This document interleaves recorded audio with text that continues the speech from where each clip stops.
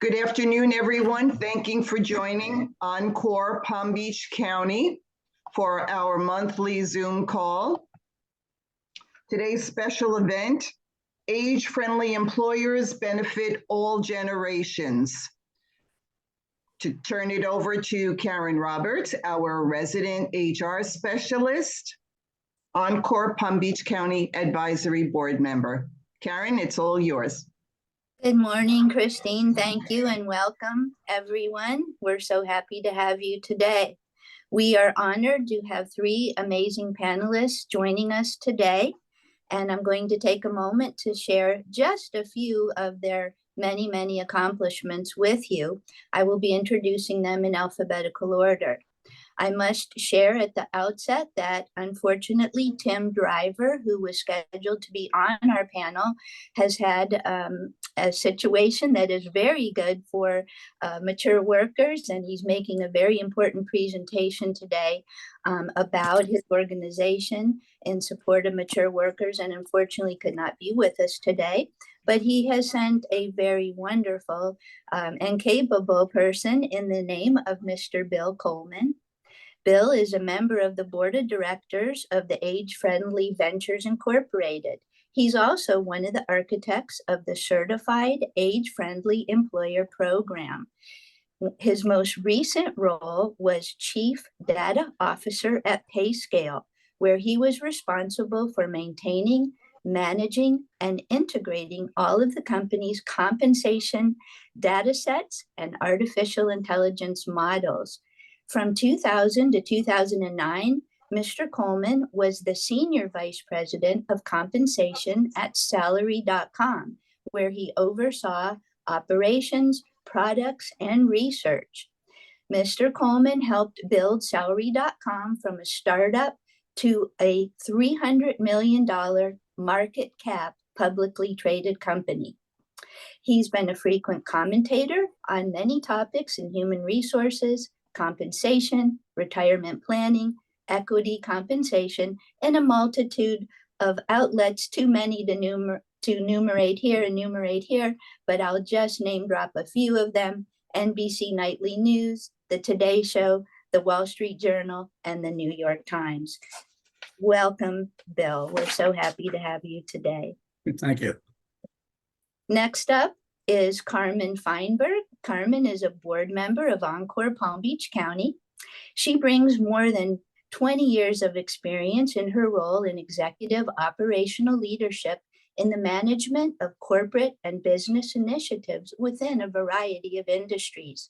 Motivated by success, along with a passion for integrating human resources, operations, and communications to build the business, Carmen helps executives achieve their goals and creates win-win solutions for employees, companies, and brands. She's currently with Kogan and DiSalvo, which she joined in 2021.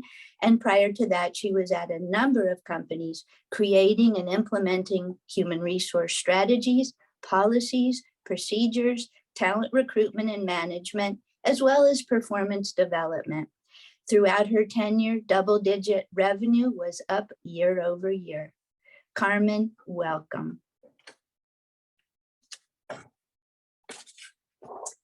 And our last but not least, our panelist is Mr. Scott Greenberg. Scott is CEO of ComForcare Senior Services, a family-owned and operated private duty, non-medical home healthcare agency, providing quality caregivers from Miami to Vero Beach. Scott is on the board of directors for the Area Agency on Aging, Palm Beach Treasure Coast. He's also served on Alzheimer's Community Care Special Goodwill Task Force. He's a former AmeriCorps volunteer. Scott is highly sought after as a speaker on senior issues important to boomers and their parents, and he is the author of an award-winning book entitled "Oh My God, I'm Getting Older, and So Is Mom," and the host of a weekly radio show on 95.9 FM True Oldies with the same title.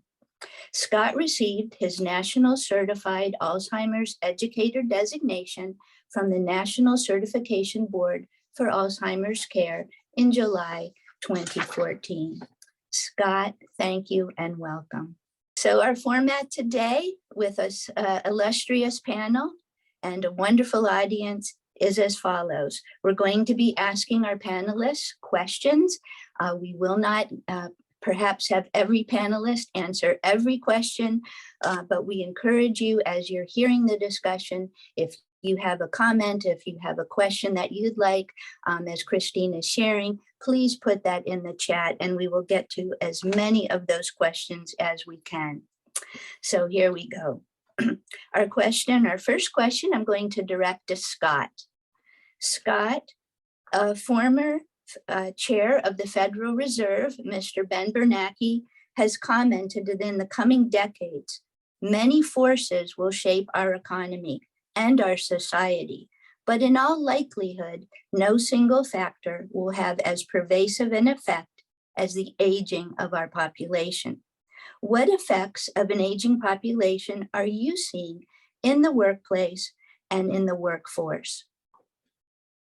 So, Lauren, thank you, and thanks for everybody who's attending. So there are multifaceted impacts of the aging population in the workforce.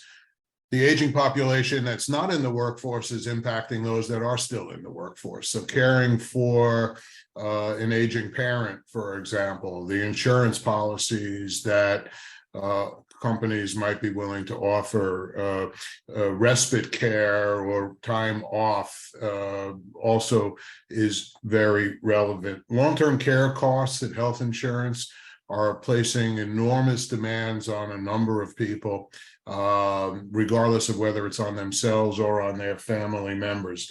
The other thing I think that is impacting the aging workforce is technology. Technology is moving at lightning speed, and I'm not sure that everybody is as adept, ready, or capable of keeping up with that. And I think that's really kind of the untold story in the future. The acquisition of technology for aging employees, the costs, and then more important, the training. So I think all of those are components of what you're asked. Mm-hmm. Well, thank you, Scott. I'd like to see if Carmen or Bill would like to share any thoughts on that question. I think, adding on to what Scott was saying is it's important to see that it's not just that the population is aging, that the average age of employees is getting older. It's also the distribution of employees is getting wider. We're seeing to some degree a lot more kids coming out of high school going into the workforce instead of going straight to college. And we're seeing a lot more older workers staying in the workforce longer or coming back into the workforce when they're older. And that's having a bigger impact on how employers are dealing with their workforces. And according to the US Bureau of Labor Statistics, the BLS, they break up the age groups for older workers, 55 to 64, 65 to 74, and 75 and older. And in their projections from the year 2001 to 2031, those 30 years, each one of those groups is projected to increase significantly in their workforce participation, which is important to see that people are both looking for more money as well as they have more to give and they have more activity in them. They want to keep working, whether it's because they need the money or because they need the stimulation. And I think it's important for employers to notice how their workforce is changing and then how to respond to that to keep everyone engaged and keep everyone producing. Well, I think that is a very good point in keeping folks engaged, which leads to our next question, which I'd like to direct to whichever panelist would like to go first. So in that thought about engagement, what steps have CEOs and companies taken? Those who have invested the time and the resources necessary to position their organizations in a way that allows them to effectively address the issue of these multiple generations in the workplace. So what have you seen? What are companies doing? I'll tackle that. Thank you for having me. What I've seen is, again, I go back to, culture is king and eat strategy for lunch. And, and no matter what a business is trying to achieve, if you don't create a culture of mutual respect that allows for the multi-generational workforce, then you've missed the boat on getting the productivity and ultimately the revenues and the profitability that you want. And so what I've seen is, again, that culture that is about how you interact with each other. Culture is not about birthday parties and picnics and, bingo night. It's about how you interact with one another and the values of the organization and how that you bring that to life. And then as well as mentoring and buddy programs, there's a huge opportunity there. What I find is that the younger workforce advances completely with regard to technology and really multitasking, while the older generation really supersedes in critical thinking and strategic thinking. And if you can create a buddy system or a mentoring system that bring those together, then that's really great. And then also a hierarchy that values experience and wisdom. And I think that that's extremely important, that, to, again, have that hierarchy where people know who reports to who and what the system is to get things done. And if you have that with that mutual respect, you should have some good results. I would add, it's a challenge for leadership to understand that what used to be is no more. That the workforce has changed, that the senior or older workforce has one level of interest and requirements and maybe work habits, et cetera, and the younger workforce is entirely different. So if you're an old gray hair like myself, who everybody showed up at 9 and left at 5 and nobody took a day off or anything to take their kids to the doctors, those are things that you have to learn to adapt. We have to change the perception of what the workforce is, and we have to be willing and flexible enough to adapt to that. That productivity can be measured differently than it was in the past. And so I think that that's really critical. I know we face that in our organization. 150% with that. And I would just add on a little more to, I agree with everything that both Scott and Carmen said. It's also important to remember, like, where knowledge comes from is different now too. And both of the Carmen and Scott mentioned this, but it's sort of in passing, is like younger employees, kids out of high school and college, are steeped in technology, and it's the most recent, most current technology, and they're using it all the time. And you can see it if your organizations have like internship programs at the end of the summer, you have college kids doing presentations. Those presentations are often much better put together and presented than some of your mid-level and maybe even senior managers, because that's how they live. Everything they do is some form of presentation, whether it's, Facebook or TikTok or Twitter or whatever. They're constantly communicating and doing it very effectively and concisely. And so there's a lot to learn from the bottom of the organization, which is new to a lot of those of us that are near the top and have seen this very hierarchical approach. And so that idea of blending groups so that you have older people and younger people working together and learning from each other is super valuable. Very good, because that goes to the point Carmen made earlier, is that different generations or groups of folks from an age perspective have different talents and different things that they excel at, and how to leverage, how to merge, how to support, and to utilize those talents for the good of the organization is important. So thank you to all of you for those remarks. Very, very important for our top level folks and our HR folks to remember that the information and innovation can be coming from any level of the organization, that's for sure. Our next question is, why are allowing preconceptions and misconceptions. For example, someone is overqualified, they're unproductive, they're retired in place, expensive, different terms that we might have heard attributed to mature workers. So how are some of these preconceptions and misconceptions really serving as a disservice? What would we want to say to organizations where maybe we're still hearing those words? What are some of the arguments to the contrary? Scott, would you like to kick us off on that one, please? Yeah, so I think that is a very broad question that you can go down a lot of different roads. I think actually my radio show next week is on this very subject. It's about reinventing yourself after the age of 50. I think that what we're talking about here is that we have to open our eyes to the idea that what, again, not to be redundant, what used to be is no more, and that people can see the world differently and bring to the table a fresh view or an evolving view or a changing view of what the world is like. The preconceived questions about one's abilities are easily dispelled when you start to see the capabilities of the workforce that is older and more experienced.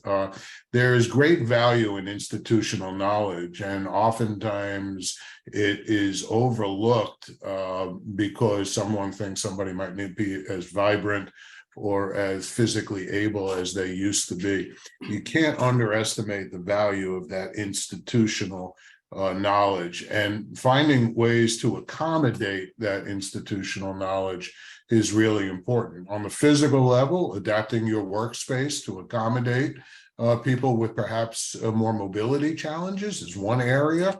You should not automatically dismiss the idea of a worker being valuable because physically they are not able to do things that perhaps younger people might do. So there's a lot of ways to take that question. I do think the idea of utilizing that institutional knowledge, that experience, and helping it develop. And then I would only add also, don't underestimate, it's been mentioned 2 or 3 times already, don't underestimate the power of mentorship. I doubt there are very many people on this call, on this meeting, on this session that haven't benefited from mentorship over time. Myself especially, I always refer to the people who changed my life, who helped me make a left turn instead of a right turn and got benefited by it. So I think that's another significant component in answer to your question, Karen. Thank you. I'd like to add something really quick. A lot of the people on this call are human resource professionals. And as a human resource professional for many years, with many years experience doing what I do, I really think it's important for us in our roles to not, to not coil to the pressure of having biases against any one individual. I mean, how many times has a hiring manager, an executive in your company come to you and said, I want about a 30-year-old for this that has X, Y, or Z experience. And I just refuse to participate in that when I'm pre-screening candidates. And I think offering up the best person for the job based on the skill set that's required is our responsibility. And it's an important thing. And I think that diversity within an organization creates success. If you have everybody thinking the same thing all the time, you're not going to be as successful as when you have people that can challenge one another in different areas. So I think it's important for us to step up. Thank you for that, Carmen. I'll just make a quick summary to that and add a point to the part of the question that talked about the overqualified aspect. I know this has come up on many such discussions, but some of the best companies don't care if someone who is applying for a customer service rep position has a master's degree. I mean, what does that matter? We should not set their resume aside. They may be wanting to slow down. They may have other things in their life, and they may not necessarily want to be at a high level position, and that we need to try to look at folks for what they want and what they might want to be reinventing themselves about. Folks go through different things throughout their career, and we don't want to just say, oh, well, they have a master's degree, they're overqualified, they're not going to stay.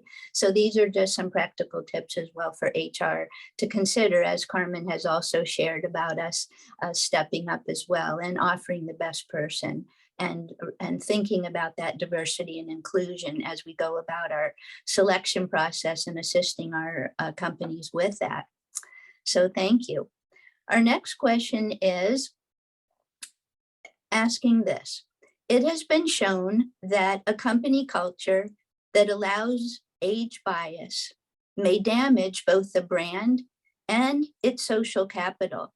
What types of initiatives are you aware of that breaks down barriers between generations and encourages multi-generational collaboration? We've just been hearing some of these really good ideas from our panelists as what does break down some of these barriers. So would anyone else like to share perhaps something, either expound upon it or share something else that they're seeing in terms of making sure company cultures are not age biased? I'll get started. I'm sure everybody's going to want to jump in. It's funny, there's a lot of issues here about team building and about demonstrating if we all come together, we can learn from each other. And I think that is important. But I also think it's important to realize that in a way, in many ways, for a long time, HR has been broken, and stuck in the past with very rigid structures and rigid hierarchies and very narrowly defined job descriptions and roles. And that's sort of a legacy of the 50s and 60s. But in today's day and age, you can have components of jobs, you can have skills as long as you meet all the skills collectively. They don't all have to be in one person. You can have people sharing responsibilities or team sharing responsibilities.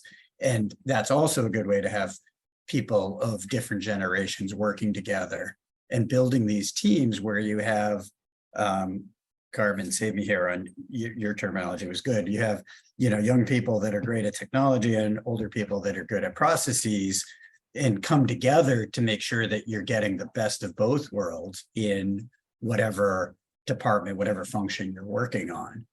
And I think that is critical in getting the best of the best from your organization. But you also need communication. You need employees to see commitment from the top down, from the CEO and from the leadership team, to not be biased, to not have ageism, and to encourage people to respect both older workers and younger workers more than, I wouldn't say it this way, but more than would have happened in the 70s, 80s, and 90s, say, where, I'm more senior than you. And I think there's also a role for training, the more junior people who are becoming managers, how to manage older people, and everybody points to that as a problem, but it's only a problem because we think it's going to be a problem.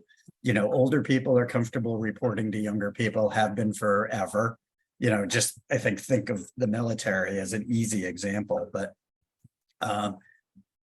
younger people have to, have the confidence that they can make decisions and that they can manage teams of people who are peers of their parents. And so you have to build that skill set in the junior people and reinforce that mindset in the older workers.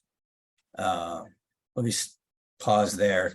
People may be getting bored of my monotone. So, I'm a little, go ahead, Scott. Why don't you go? no, go ahead, Carmen. That's okay. Well, I'm a little less traditional. My solution for this is to have fun together. Like talk, have a picnic, like do a karaoke night, just have a good time and get to understand another person as a human being, and you'd be surprised as what unfolds from that. So that's my input. So I'm also a little untraditional. I think fish think from the head. This all begins at leadership. I think leadership has to not create a fake culture. Writing down your commitment to doing away with age bias is one thing, but that's different than walking the walk. You actually have to you have to live the policy, and you have to make sure that everybody lives the policy. You know, I always tell people who come to work for us, we're like family. That doesn't mean we party together. We don't go out for dinner on Friday night. We don't go for drinks together. That's not what we do, but we treat each other like family. We want people to respect the individual needs of the other person, because at different periods in life, there are different demands on our time, and there are different demands, different pressures, different ingredients that that we have to navigate in order to get through each and every day. So I think the culture begins at the top, and it has to be enforced, and it has to be consistent, and it's not a lip service thing. You gotta walk the walk and make sure that everybody understands that everybody's circumstances are different. So if a young person, this could be your mom, this could be your grandmother. For an older person, this could be your kid, your son-in-law, or your grandchild. All right, just make sure that you are always cognizant of that. And Karen, if I could just add one thing, again, a little more untraditional. I think that one of the important roles of human resources is to make sure that, and again, it's hard to even say this, but it's true, make sure that you fire people that don't live up to the cultural values, that don't do the things that the company wants to do, and don't act the way that you don't want people to act. Because if you don't make those hard decisions, then people don't understand what the values are and what they should follow, and they don't know what to create and what to mimic and how to behave. So I think that firing people is just as important as hiring people. That's a very good point. Thank you all for sharing. To Carmen's last point, a former CEO of mine used to always say, let's love them right out the door, meaning if they're not the proper exhibiting of culture, that, you know, fine, but let us help you find a place that might be better suited. So you're right, these are some tough decisions, and especially in labor shortages and labor scarcity, it's harder to kind of think about that. But you're right, you know, as HR, we're helping to protect, we're helping to develop and define the culture. So we need to be able to recommend such things, you know, as appropriate. So thank you for that. What some might consider a very bold statement. Thank you, Carmen. Okay, Christine, I'm going to pause for just a moment to see if there's any burning questions in the chat or any comments that we might want to just take a moment to reflect upon as we move forward, prior to moving forward to some other questions. I'm not seeing any at the moment. Just a comment, cultural openness and understanding. So that's the only comment I'm seeing so far. Okay, very good. Thank you. We heard a couple of our panelists, a number of our panelists, I think each of them probably mentioned this in some way or another, about how some things might be broken, and maybe it's time to take a fresh look at some things. We've been perhaps doing things a certain way or the same way for too long now. So what company processes require a fresh look in light of 5 generations in the workplace? Who would like to start? And we all are thinking of sick leave, vacation, health insurance, all those kind of things that have been very rigidly and hierarchically ingrained in our cultures over the years. I was going to start, but you just took the wind out of my sails. You maybe start by expanding it a little. It's not just about the 5 generations in the workforce, in reality, we've kind of had 4 or 5 generations in the workforce forever. It's just these are 5 different generations, and add to that a lot of things like flexible hours, flexible location, part-time work, less demand for college degrees, and then you have things like work from home or hybrid work. There's a lot of things going on that have changed, not to mention technology, which I just mentioned. But some thoughts would be, to focus on I mentioned this a second ago, skills rather than rigid job descriptions, because the skills are the things that we really value, and the job descriptions are more a simpler way for HR to define what roles we need, but it's really what skills the company needs overall. Often groups of skills are important, not just individual ones, but still, it's not, you don't necessarily need to have an exact job description fit to hire somebody. One thing I've seen a lot of, or, questions a lot about, are rapid promotions, especially for Gen Z, early employees in the workforce. I've been here 6 months and I haven't been promoted yet. Like, oh my God, what's going to happen? And that, we've raised a generation of people that are expecting constant positive feedback. We can give them that in the working world. You don't necessarily have to be promoted like at the sort of same levels. Used to take us 2 or 3 or 4 years to get, but you could have incremental promotions if that's important in your organization to your employees. I think there's going to be a question of what's the definition of time off, particularly for companies that are 100% or, predominantly remote, because people, start work earlier because they roll out of bed and, log in right away, and then they take a break to go run errands during lunch, and then they're working right after dinner. And like, what is a day off, or what is a couple hours off, and how do we calibrate that? How do we measure that? And I think Karen mentioned, time off for childcare and parental care. I mean, both of those are important. Parental care is becoming a bigger issue, and it's, more appropriate here. And that, also benefits for people over age 65, because a lot more of them are working, and a lot of benefits tend to either plateau or, stop at that age.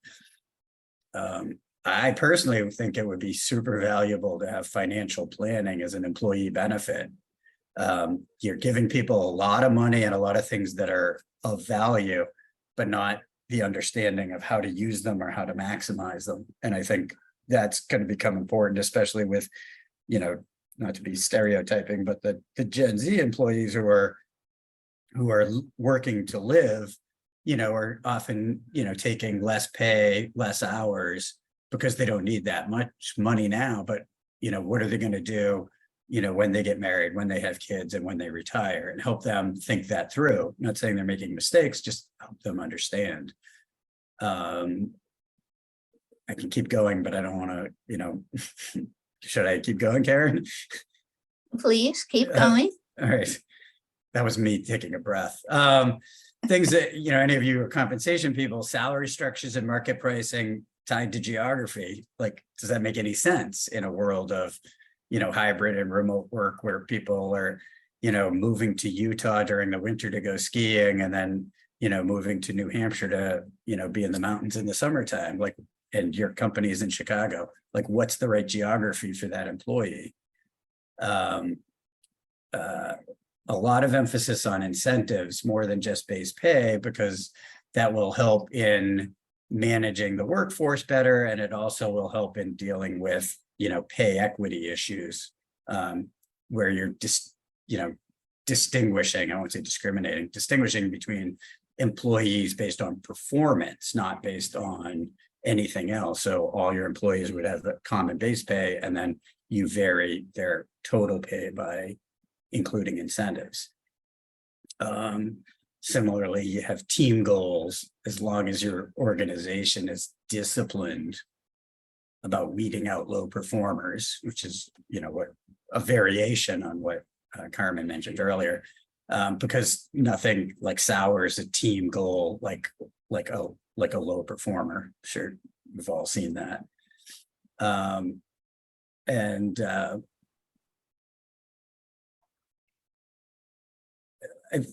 think I would stop there. I mean, I'm sure there are more. That was my laundry list of, I think, 8 or 10 points. And I think that, Bill, what you're saying is really truthful and important, but it comes down to understand, as HR professionals, understanding what the needs are of the different people in your organization, and then finding the right solutions for those various needs. And it's not a cookie cutter approach. It's not, that everybody should have unlimited personal time, or Correct. everybody should have X, Y, or Z. It's really about understanding and respecting the needs and the wants of your employees, and then finding innovative ways to structure that around something that provides them what they want, so that they're happy and they stay. Yes, exactly. And as long as you as the employer can make it work. And evaluate. And it's hard, like for HR professionals, it's hard to get generally CEOs or older people in a different generation that, kind of are old school and want everybody in the office in order to do anything, and evaluate, performance on number of hours worked. And I really, really try to focus results on profitability, growth, and revenue. That's where you should measure your results, not on hours and silly things. So it's hard to add much to that, except I would say the worst 6 words in the English language are "we have always done it that way." And so I would encourage everybody to remember that we've always done it that way is a recipe for extinction. All right. The ability to adapt to change is the very definition of intelligence. And the world is changing, and we best change. If we're not changing as fast as the world around us, we're doomed. And I stole that from Jack Welch, so I'll give him full credit. And it Okay. makes the HR job much more interesting to not do everything the same way we always did it, and try and find new ways to do things. Yep. That's true. HR as change agents, that's been around for a while, but this is really hopefully giving us permission, because it's survival at this point. That's for sure, with the changes. Well, thank you, panelists, for that very insightful information. I know not only is this being recorded, but everyone's probably very busily taking notes with that one. So thank you for all those good suggestions. Our next question, I'll direct it to Carmen first. How do successful organizations foster inclusive work environments that support workers of all ages? And I know you've touched upon this and our other panelists as well, but if you could, at such an important point, kind of please revisit that for us. Yeah, and I think it goes back to what we were just saying, and what Scott was really saying, that, I've worked in organizations that things were so from the top down that the employees didn't feel comfortable with having differing opinions. And I think that this goes into diversity and inclusion, and as well as hiring, and as well as culture, is that if you do not have an organization that allows people to express a solution that is different from the group or the status quo or how we've always done it, then you will not, as one of the commenters say, if you're not growing, you're dying. If you're not thriving, you're dying. So I really think that is important, as much as it's important to focus on having reminders in the organization about culture. Again, we keep talking about culture, and I always talk about how important culture is, but culture is about putting, think of a bowling lane where you have the guardrails. It's putting guardrails around how we communicate with one another, and making sure every time that those guardrails are bumped into by something, that you address it, so that the values of the organization become how we communicate and interact with one another, not something that's listed on a wall that's part of our mission, vision, values, but really something everybody lives. And then with that understanding that culture does eat strategy for lunch. And then I go back to the essence of what I was saying, is that, honing in on people's strengths and not trying to make your various employees strong at something that they're weak at, and not making someone that's weak at something pretending that they're strong at. Yes, you want to train and you want to give opportunities, but leverage the strengths of the people that you have, and be flexible enough as an organization to move around that just as much as you expect employees to move around your needs. So I think those are key things. Thank you, Carmen. Bill or Scott, anything else you'd like to share on that issue? I think Carmen did a great job, so I'll leave it there. Okay, thank Agreed. you.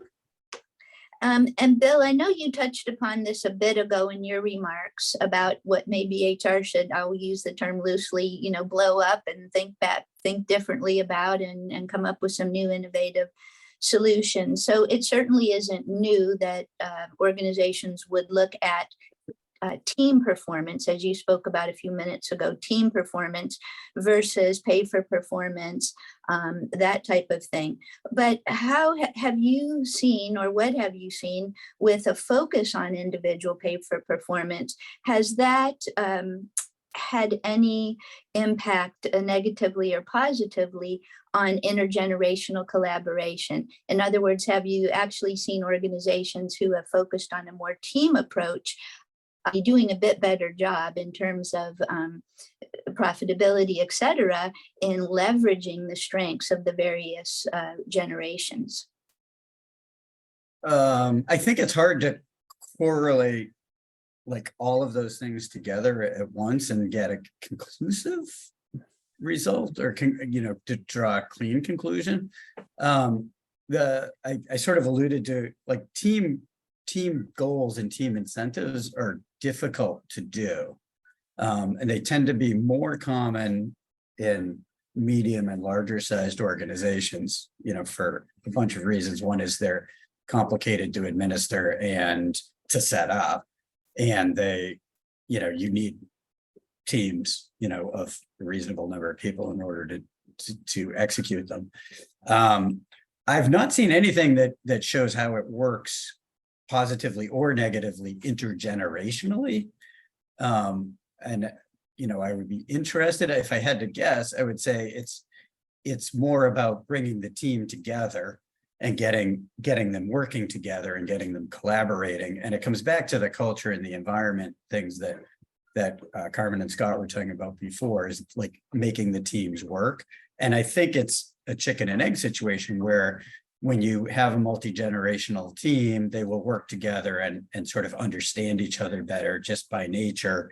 It is sort of, having fun together, working together, understanding each other. When you work together on project teams, it's not 100% work.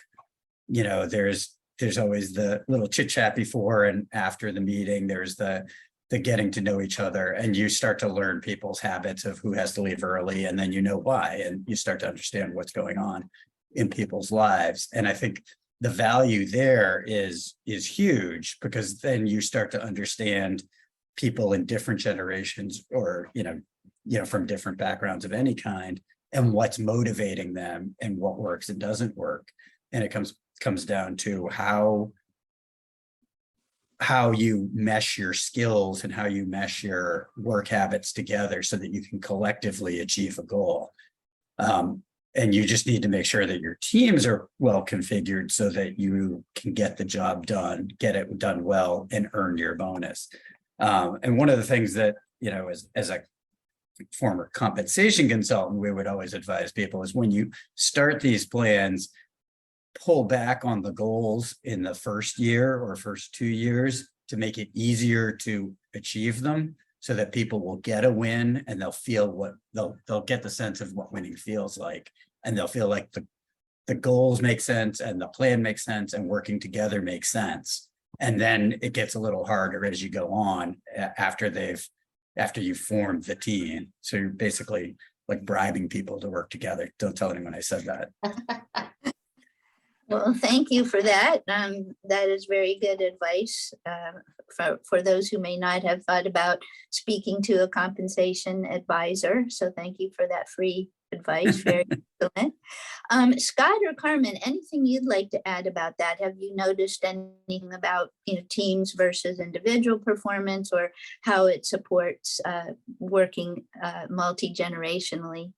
Yeah, so I feel strongly about this. I think you got to beware of a one-size-fits-all concept here. Different organizations require different teams, right? If you have a team of engineers developing something, that's one team. But if you have a team that includes different disciplines of different ages, I think you have to be really careful to set out do's and don'ts that are uniform, because I don't believe they are uniform. I think each organization has to stand on its own. And I think you have to build whatever it is, whatever structure you're building, you have to understand it in the context of your marketplace, of your competition, what sets you apart, what your goal is, where are you trying to end up, and all of that has to enter into it, other than something that's kind of uniform. So I feel really strongly this is we have to beware of one size fits all approach to this, and that would be my advice. Yeah, and Karen, I'd just like to add just my 2 cents into this. Is I think that team projects it's a new way of organizational structure that's a team, and the Scrum Masters and all of that. But I do believe that within teams you need leaders, and employees need to know who the leader is, who their boss is, and who the leader of the team is, in order to be the most productive and to have the highest result. I just think that sometimes the newer type organizations forget that people need to lean on each other, and they need mentors, and they need people to go to ask the questions and to know who has the final answer. And sometimes when you get in a team environment, it's just all of that goes away. And I think it's important to keep that. Well-defined roles. Thank you very Yes. much for that to all of you. Okay, I'm going to take a moment to check in with Christine again. Christine, do we have any questions that we would like to answer as we're keeping our eye on the time and heading into the final segment here of our questions and answer session today? We have a few great questions, starting with what would be the best advice for job seekers that have been forced to unretire and are re-entering the workforce? I'll take that. And unfortunately, I think that one of my biggest advice is I hate to say this, but it's true. Don't let your resume show your age, because what you need to do is get through the biases to the decision maker. And what you have to do is get through the process of people that may not be able to see your value, to get in front of the decision maker so that you can see they can see the person that you are and the skills that you provide. I don't know whether Bill or Scott have any better advice, Right. but I do think that it is true, and there are biases, and you have to be prepared to navigate through them. I would agree. As one who has reinvented himself, I retired at 58 and went back to work over 60. And I think you have to manage your expectations. You have to do a deep dive and be honest about what your skill sets are, what your shortcomings are. You have to know what is something that you feel comfortable adapting to. But what was, it isn't what is. And so if you're going to look forward, I think you really need to manage those expectations and do a deep dive on what you bring to any organization and approach it from that perspective. Thank you. I mean, shameless plug here, Retirement Jobs, which is one of the age-friendly venture companies, is a job board for people over 55, which caters to companies that are specifically targeting older workers for certain jobs or for any jobs. But in relation to that, I also often tell people, what Carmen said is, de-emphasize age. You can cut off, the job you had in high school and probably the job you had in your 20s and maybe 30s to get your career started, to hide that. You can also, I apologize for saying this, I can't think of a better way than to be blunt. Don't act old. When you call, don't, stand up, make sure you've had 3 cups of coffee, be energetic on the phone. I mean, I'm sorry, I'm making people laugh, but it's true. It's, being on the receiving end of some of these phone calls is, you sometimes feel like some old, an old person is calling you and you're like, oh, I don't know if I want to hire this person. But it's not because they're old, it's because they feel like they're slowing down. Don't be that person, be the best you can be. and network.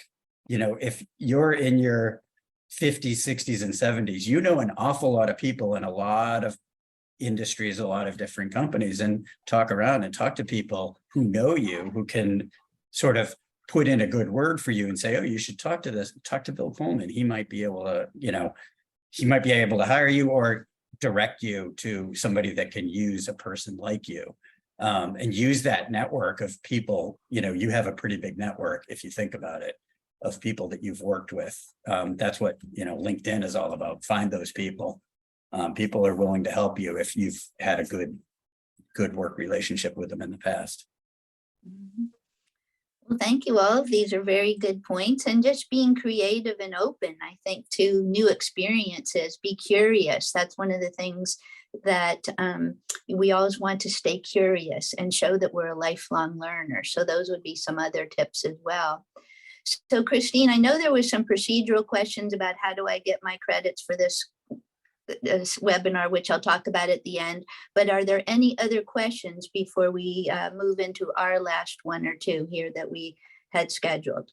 Yes, so since everyone agrees culture is set at the top, and yet research shows that only a small % of companies have adopted many of the policies mentioned today, to what extent are HR staff really being successful in influencing CEOs?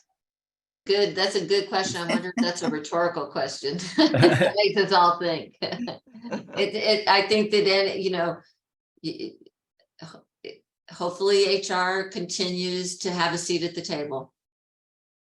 And the only way that can happen is by showing the results and being able to articulate the results to the CEOs that make the decisions. It's not an easy job. Not to be skeptical, it depends on whether the company is as profitable as senior management thinks it should be. I mean, it's the cold hard truth is most senior management will listen to advice when they understand that not listening to it is costing them money. So that's just a cold hard fact, I think. I think statistics or facts are also very helpful. Like numbers, HR tends to not be as metrics driven as other parts of the organization, and that will help influence the CEO. And don't forget the CFO, who's integral in these decisions. Sort of to Scott's point, there is like the dollar has a lot of influence on decision making, and so the CFO has a lot of influence. And so things like older workers are likely to stay 3 times longer than younger workers, younger hires. I mean, that's a valuable thing to know. And therefore, like you have less cost of turnover if you're hiring older workers. Older workers have better influence on customer service. They tend to have a better rapport with customers and more patience and more ability to connect. And so things like that are valuable to know and make a better argument than we should do this. This is good. This is part of our cultural, cultural statement that we've got framed in the conference room somewhere. Right. And I'll just add a quick comment to that too, is that HR needs to be sure that we understand the business, we understand the strategies and the things that our C-suite is wanting to accomplish, and then come forward with the types of actions and recommendations that HR can take to help us get to those strategies, and making sure that we're helping the company go in the direction it wants to go in, from a profitability, a growth, whatever the objectives are of the C-suite. If we show how our recommendations are supporting that, as we've heard all of our speakers state, that will help as well. So thank you for that, Christine. We have only 5 minutes left, and we are going to very soon wrap up, but was there any other question that was not addressed in the chat? What is the benefit to not have dates on a resume? Employers want to know your track record and how long at previous jobs. I'll go.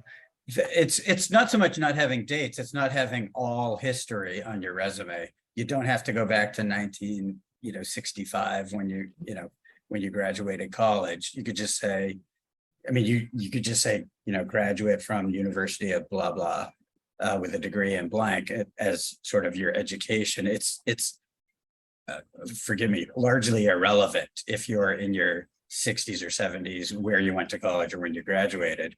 And then your history of jobs, you could show the last 20 or 30 years with dates. That's fine. It's more about, you don't have, it has to be the truth. It doesn't have to be the whole truth. You don't have to go all the way back in time. I advise my clients to, just like you said, Bill, to remove the dates of their college and then take away the first few jobs that they have and just, start at the last 3 or 4, whatever makes most sense. Which are usually the most interesting too. Exactly. Level. Yeah. So I don't really have a point of view about this question, but I know we only have a minute left, and somebody asked a question about artificial intelligence, and I would say this: do not underestimate artificial intelligence. I know we don't have time, and I won't dig into it.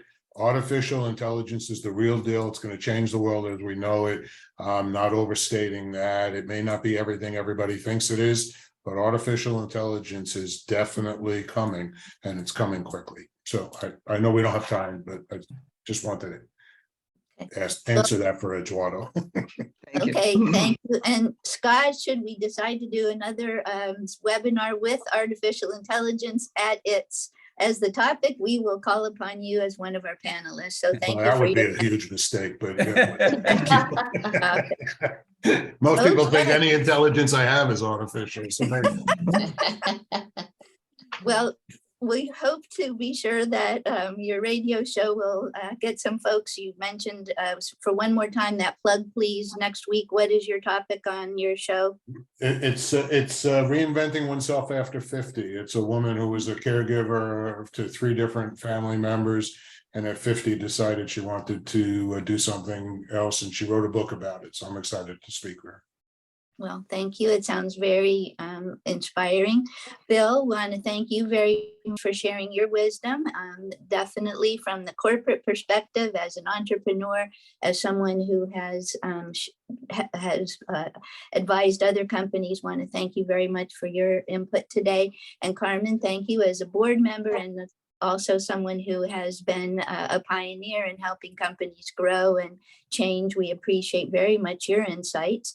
And we're going to take the last minute or two to talk about some administrative but important information, and also share the fact that Encore Palm Beach County is very proud to share that on September 21st, it's a Thursday, we're holding our 3rd annual Wisdom and Experience Works for Business Award. It's going to be held at the airport, West Palm Beach, Hilton. And right now, HR folks, you too can nominate your organization for this prestigious award. It's a very simple nomination process. You can go to www.encorepbc.org, go right to the event tab on there about Wisdom and Experience, and you can find the form to nominate.